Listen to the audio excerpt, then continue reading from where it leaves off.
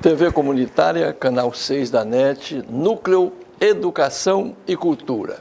Começamos hoje aqui agradecendo a presença amiga da Sueli Ema Malato Franco. Ela que é socióloga, trabalha também na área, atendendo o público, na nossa Câmara Municipal, junto ao gabinete do vereador Raimon. Sueli Ema, nossos agradecimentos pela sua presença aqui, viu? Seja bem-vinda. Sueli, você trabalhou muito antes de vir a trabalhar diretamente num gabinete de um político, né? Na área também, digamos assim, de pastorais, religiosa, né? Então, aí você complementa, trabalhando, cursando, ou seja, juntando a teoria à prática, ciências sociais, no caso, ciências políticas e ciências socióloga que você se formou, e gerou essa pessoa maravilhosa que nós conhecemos, que nos atende. Aqui a TV Comunitária, Canal 6 da NET, leva muitas questões que a gente chama de origem culturais, muitas demandas dos artistas, que vocês têm um trabalho maravilhoso desempenhando lá. Mas vamos começar um pouquinho, fala um pouquinho das pastorais da Igreja Católica. Sim, eu quero, antes de mais nada, agradecer a generosidade do seu convite. A casa é sua. Só você mesmo, Soriano, para nos trazer aqui na TV Comunitária Rio, que eu aproveito para recomendar aos nossos estudantes e a todos nós como um canal de formação, porque aqui a gente tem acesso a muitos outros temas, né, que nos ajudam a entender a nossa realidade. Então, te agradeço por esse convite. Bom, com essa pergunta pastorais que você me fez, você me faz lembrar os meus idos de adolescência, em que nós nos reuníamos nas igrejas entendidas como progressistas, participávamos de pastorais, como a pastoral da juventude, a pastoral social, entendíamos assim, a igreja como a igreja que precisava não ficar fechada dentro de um ambiente, dentro daquele ritmo das missas tão somente, mas uma igreja que olhava para a sua comunidade, para o seu entorno e que se fazia consequente, né? Então, neste entendimento, nós tínhamos, então, a pastoral social, que fazia alfabetização de senhoras, que eram justamente, muitas vezes, as avós das crianças que faziam catequese na igreja. Que coisa. E quando nós íamos as avós para fazer essa alfabetização de adultos, era muito importante que nós ouvíamos dessas avós: que bom que eu estou começando a ler para poder conversar com a minha neta sobre os conteúdos da catequese. Então, elas se sentiam assim felizes por poder, ao entender as letras, podiam também conversar com as suas netas. Então, a gente usava o método Paulo Freire para essa alfabetização, que era, a gente usava os conteúdos do dia a dia, né, da realidade em que elas se encontravam, para fazer a alfabetização. Então, esse era o exercício da pastoral social, por exemplo. Tá? Nós tínhamos também a catequese popular, né? E é isso, fazíamos a oração na ação. Mesmo que você não tenha participado, vamos recordar aqui, a igreja também parece que tem a pastoral da terra, né? Que o MST muitas vezes faz frente outras pastorais, né? É verdade. Eu tive até uma experiência na pastoral da terra. É verdade, nas romarias da terra. Já que estamos falando também da minha trajetória, eu vou lembrar a vocês que eu fiz um curso de fotografia. Legal. E esse curso me deu a experiência justamente de participar das romarias da terra, organizadas pela Comissão Pastoral da Terra. Então, eram romarias que reuniam trabalhadores rurais de vários estados do Brasil e, encaminhada em procissão, reafirmavam o direito à terra, a importância da relação com a terra, com a produção, de tirar dali o seu alimento, o que fortalecia o trabalhador, a consciência de que ele é dono da terra, de que dali ele tira o seu sustento, Claro. e é que ali onde ele se organiza, dava a ele força para continuar trabalhando e para se organizar. Eu me lembro dessas romarias, que até hoje acontecem. Bacana. É muito forte essa emoção. Eu sei que, paralelamente, a igreja tinha a tais juventude estudantil, juventude universitária, juventude operária, Jeque, Juque, que eu acho que também fazia aí um interface nesse trabalho com vocês. É verdade, Né? Juventudes, é verdade. Dentro da igreja tinha a CO, Ação Católica Operária. Participei. Ação Católica, que depois virou Movimento Familiar Cristão. Que legal. E a figura do Dom Helder, como é que chegava para vocês? Os ensinamentos, o exemplo dele? O Dom Helder, sabe que agora eu me lembrei de uma coisa tão importante que certa vez eu ouvi, que ele dizia, né? Dizia assim, quando às vezes o levavam para uma delegacia, ele respondia assim, eu sou seu irmão. Mas como assim, meu irmão? O senhor não é meu irmão? Não, sim, sou seu irmão. Somos irmãos, filhos do mesmo pai. Por que estamos aqui? Não estamos em lugares opostos, não estamos lutando e guerreando contrariamente. Somos filhos do mesmo pai. Somos a mesma família. Que ele desarmava. Então vamos encontrar aí um caminho. Então ele desarmava, né, o repressor, quando fazia o repressor ouvir que ele era irmão dele. Interessante de Dom Helder é que ele, a certa altura, dando uma entrevista, ele disse assim, enquanto eu estou fazendo caridade, enquanto eu estou fazendo obras puramente sociais, para minimizar a dor da miséria, né, da pobreza, todos me elogiam, me contemplam, me divulgam. Agora, quando eu denuncio quais são as causas, o que causa a pobreza, o que causa a miséria, o que causa a dor, que eu falo então da falta de solidariedade, de união e de estudos, né, de como nos libertar dessas opressões. E me chamam de terrorista, de comunista, me demonizam, né?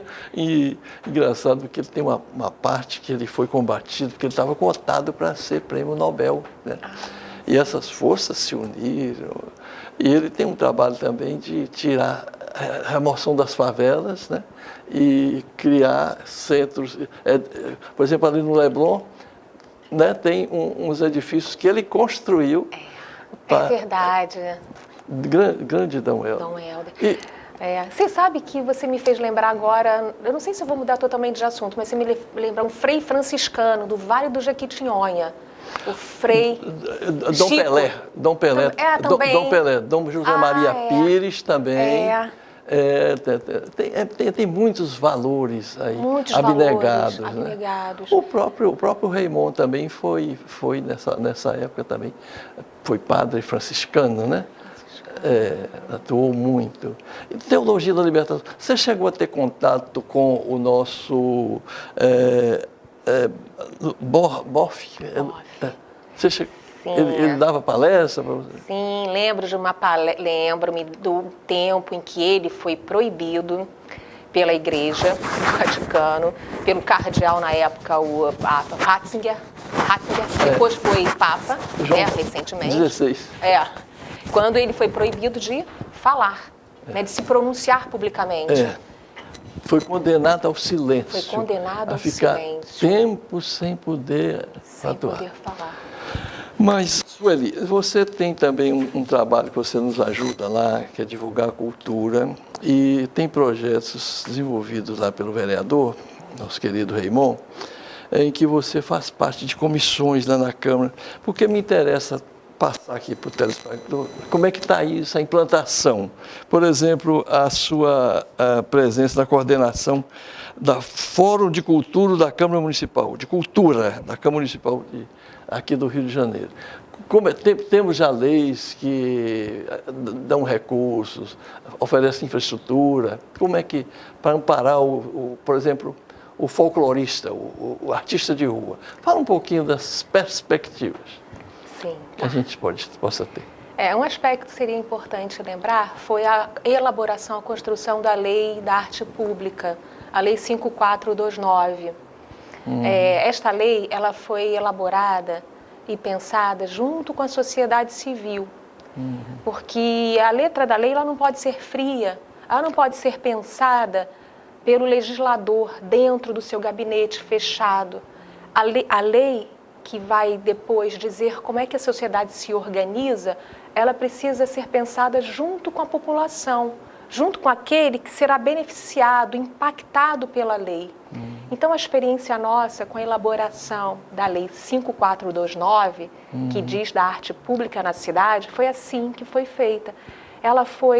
Nos bateram a porta dizendo: a cidade do Rio está proibindo o artista de se apresentar nos espaços públicos. Temos sofrido repressão da Guarda Municipal. E precisamos, então, queremos mostrar à cidade que a arte não prejudica em nada a cidade. Muito pelo contrário, ela vai trazer alegria, humanizar o espaço público. Então, precisamos de você, do legislador, bater na porta do vereador Raymond, pedindo que ele se associasse e se parcerizasse para construir um projeto de lei que mostrasse à cidade a importância do artista de rua. Então, fizemos muitos fóruns de cultura com a presença de artistas das várias linguagens, do circo, da dança, das artes visuais, do cinema, da música. E aí, em conjunto, elaboramos um projeto de lei que dizia da apresentação dos artistas nos logradouros públicos, com base na Constituição Federal. A Constituição Federal já resguarda o direito à liberdade de expressão. Então, como não tínhamos na cidade, naquela época, em 2009, do poder público, do poder municipal, o respeito à Constituição Federal no que tange a esse artigo, tivemos que fazer um projeto de lei. Esse projeto ele foi inicialmente vetado, recebemos do prefeito à época a alegação de que a lei era inoportuna e inconveniente para a cidade. Acho que foi Eduardo Paes. É verdade.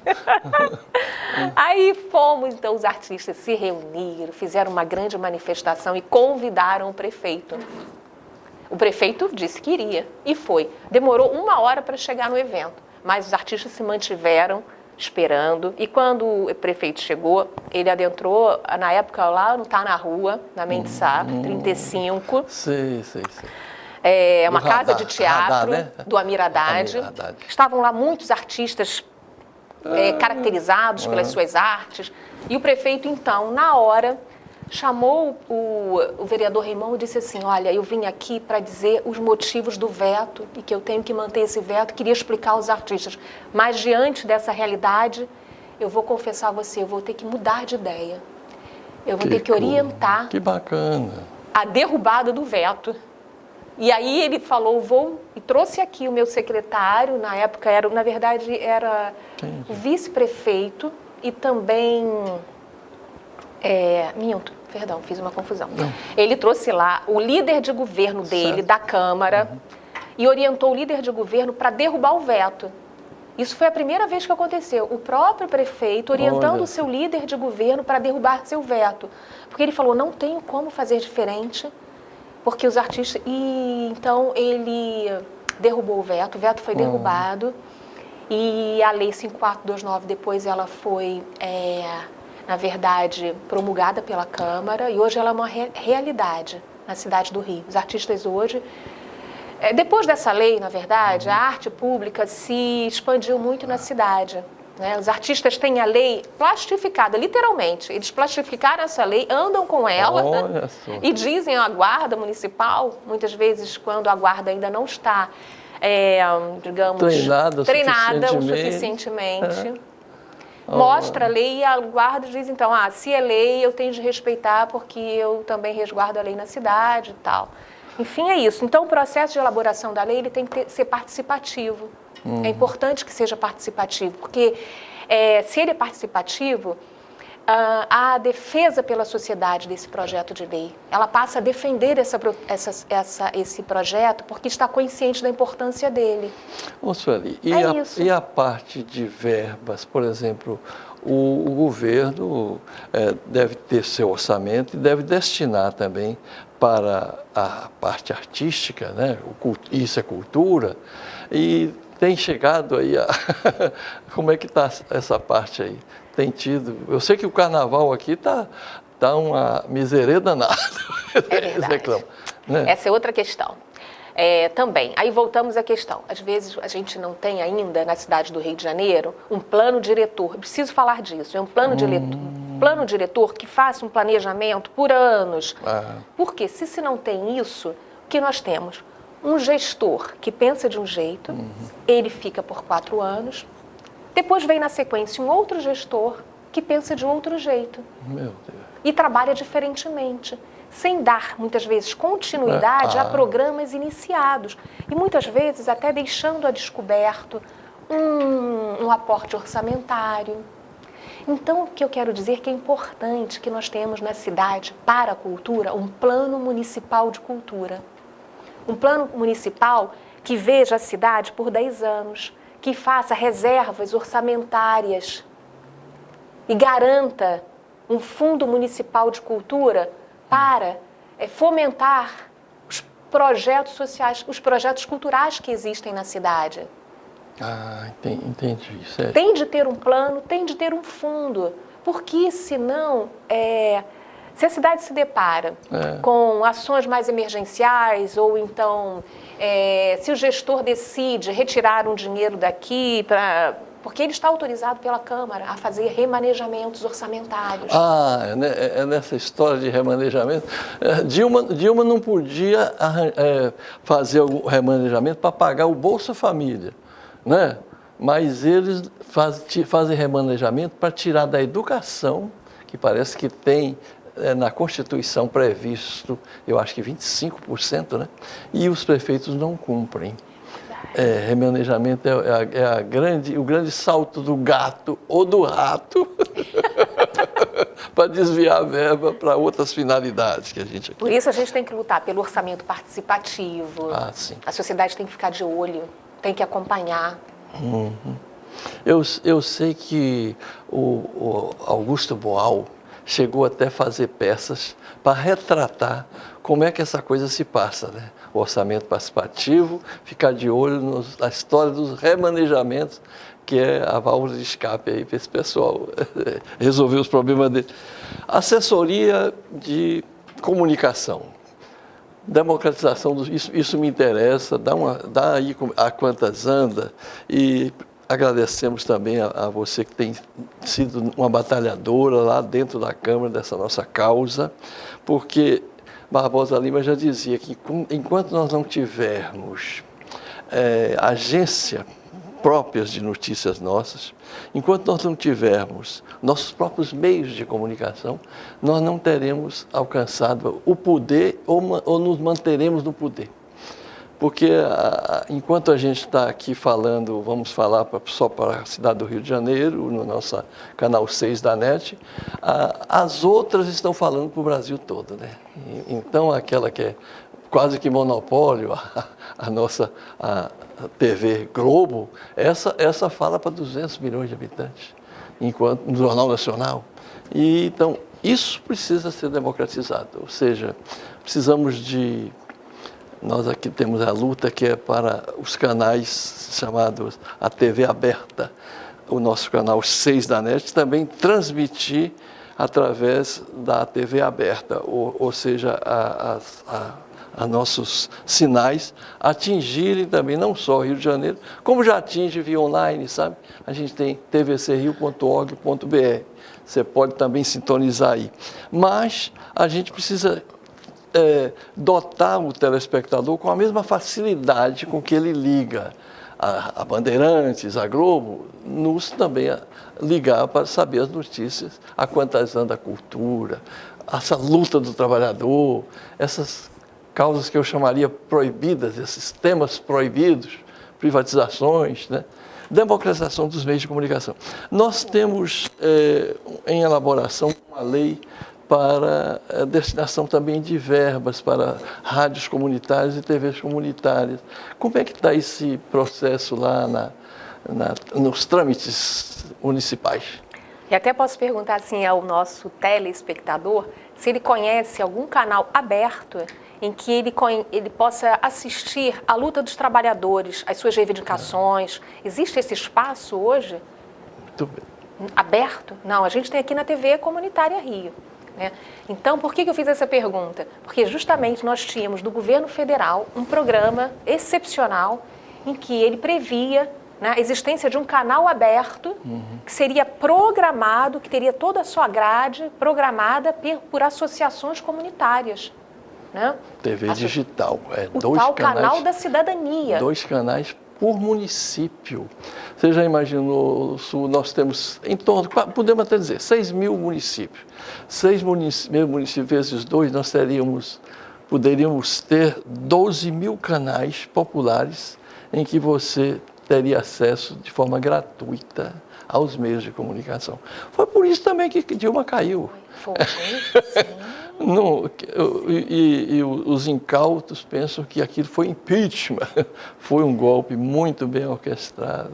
Para os trabalhadores foi, na verdade, à medida que saiu normativa, portaria, definição de como funcionaria o canal da cidadania, foi um ganho excepcional para os trabalhadores. Mas você disse bem, Soriano, um dos motivos, né, foi exatamente a democratização da comunicação, dar acesso aos trabalhadores, o direito, né, dar acesso aos trabalhadores, né, o direito de programar, de dizer nos canais abertos quais são as suas lutas, quais são as suas dificuldades. Isso é um sonho no país. Os grandes conglomerados, né, que dominam hoje essa mídia que desfavorece a luta do trabalhador, que não a mostra, que não a veicula com transparência, com veracidade, temem um canal aberto, que seria um contraponto, né? Seria a chance do trabalhador de dizer diretamente à população o que está acontecendo, né? Quais são as dificuldades pelas quais ele passa, quais são as repressões que ele vem recebendo. Então, o canal da cidadania é uma pena que ele tenha sido, né, mais um retrocesso desse governo que temos aí golpista, não é isso? Com certeza. Né? Não deu andamento ao canal da cidadania, que foi uma conquista que já estava em curso, não destinou recursos, não deu andamento aos editais já abertos, e nós estamos com esse programa do governo federal paralisado, suspenso, né? Vetado, digamos assim. Vero. Que é triste. Vero, como diz nossos queridos romanos, eu queria também tocar uma ideia com você, que ali onde você trabalha foi palco de tantos acontecimentos assim, que abalaram, fizeram história no Rio de Janeiro. Ou seja, a gente ainda assiste muito, ambos trabalham no mesmo local, talvez até a mesma seção de uma fábrica, mas quando chega em casa, o José vai assistir televisão de jornal e ela vai para o fogão. Né? Vamos nós dois, a gente fica menos tempo no fogão e ambos vão ter mais tempo também para a televisão. Democratizar o trabalho, os direitos e os deveres. Né? E permitir que essa mulher tenha mais tempo para estar no seu local de trabalho, para as suas questões, né, profissionais. Vamos dividir o tempo, né? Sem medo de ser feliz. Olha, eu queria que você ainda usufruísse de você por um minuto junto a telespectadora e telespectador, para você me responder se vale a pena a vida. Ou seja, é bom viver, lutar. Tudo vale a pena quando a alma não é pequena. A vida é maravilhosa, precisamos vivê-la intensamente, né? É desafio diário e é também gratidão diária, né? Então, vale muito a pena viver, porque a vida é assim, é um sabor a cada dia e a gente precisa experimentar esse sabor a cada dia. Então, sem medo de ser feliz, vamos viver, porque... E você é feliz? É uma experiência maravilhosa. Eu sou feliz. Olha eu sou feliz porque, pela gratidão, né? entristecemos, porque quando a gente vê o nosso irmão sofrer, né? Quando a gente vê que ele está sem os acessos que é preciso que se tenha. Mas, ao mesmo tempo, precisamos ser felizes por gratidão à vida, pela oportunidade de estar vivo. Claro. Então, precisamos dessa gratidão. E a gratidão, ela traz a felicidade, né? E o ânimo e a esperança de trazer junto aqueles que, eventualmente, estão com menos força que a gente. Você sabe que sempre será a casa sua, os nossos microfones e as nossas câmeras. Obrigado. Volte sempre. Soriano, obrigada TV Câmara, obrigado a toda a equipe da TV Comunitária. Que dá esse suporte para a gente. Maravilha. Tá? E parabéns. Obrigada. TV Comunitária do Rio de Janeiro, canal 6 da NET, Núcleo Educação e Cultura, transmitindo online tvcrio.org.br. Obrigado.